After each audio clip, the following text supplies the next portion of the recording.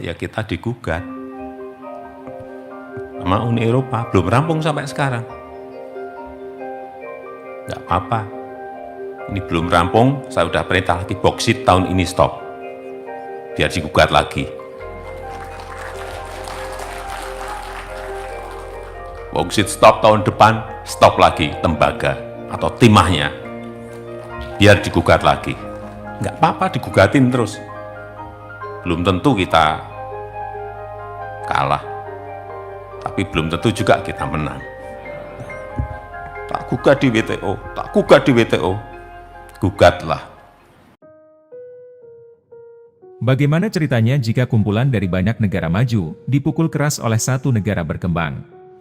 Ya, ini nyata dan teman-teman tidak salah dengar. Serangan bertubi-tubi yang dilakukan Uni Eropa pada Indonesia tentang larangan hilirisasi, sama sekali tidak memberikan efek yang nyata bagi Indonesia. Bahkan Uni Eropa harus menerima kenyataan bahwa pada faktanya di lapangan, gula tidak bisa mendatangi semut. Ya, teman-teman benar.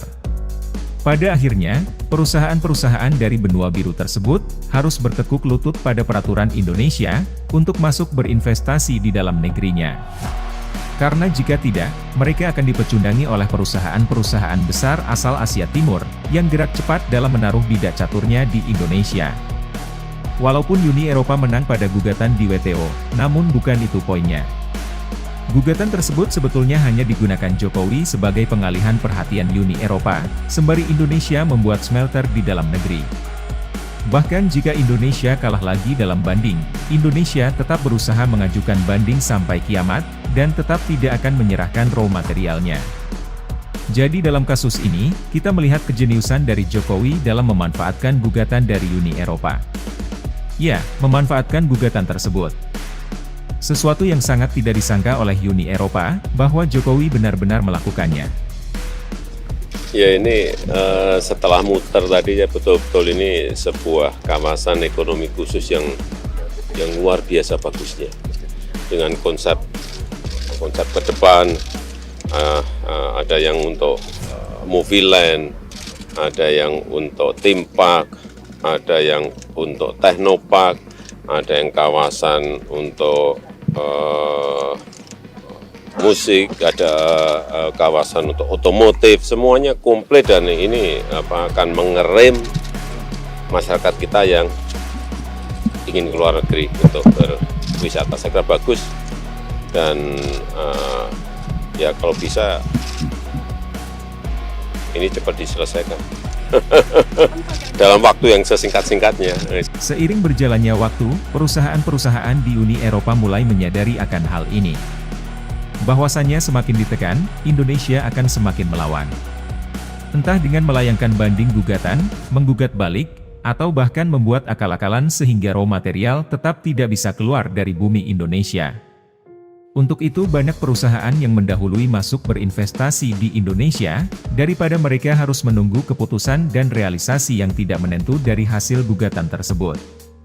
Di sini sudah terlihat jelas, bahwa fakta di lapangan menunjukkan sekali lagi Indonesia memenangkannya.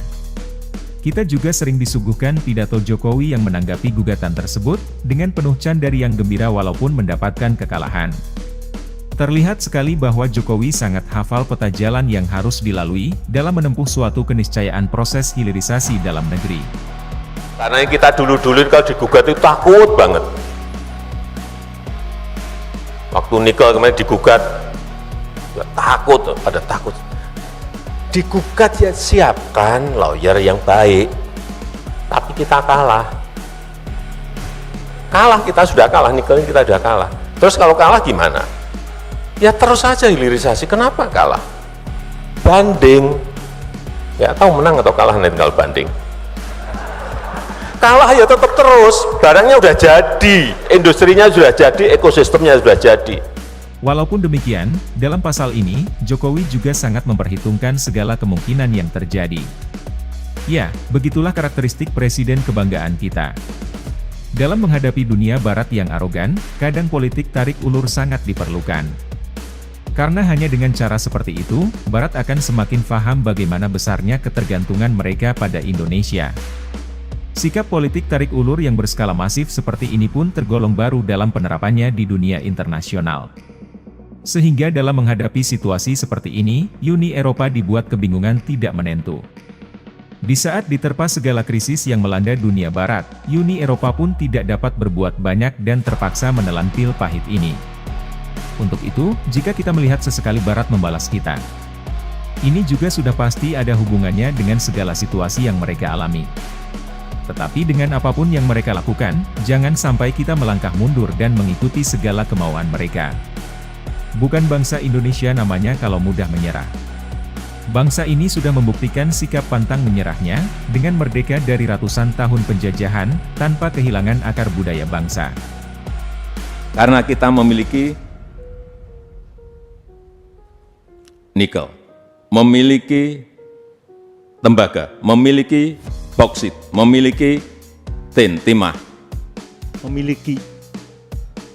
Dan potensi kita ini gede sekali. Mau kita lanjutkan ekspor bahan mentah.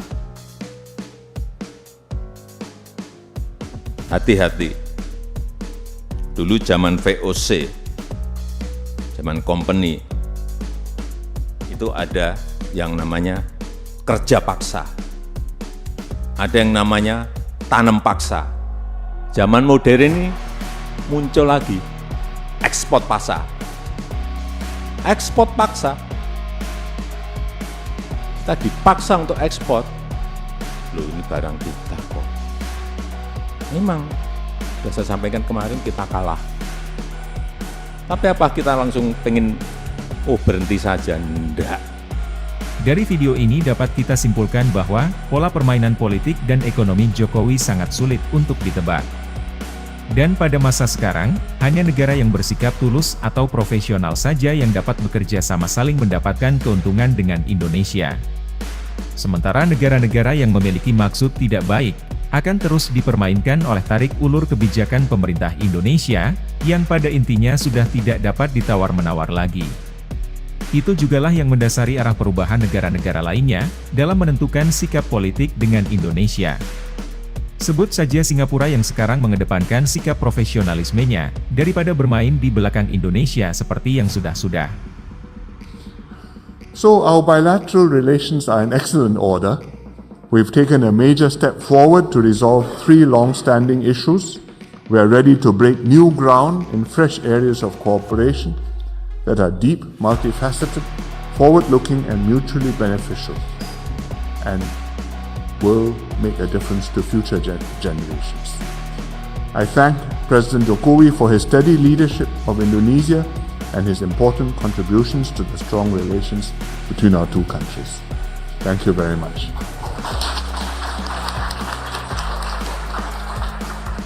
Sekian dulu video dari kami, silahkan dukung kami dengan like, komen dan subscribe.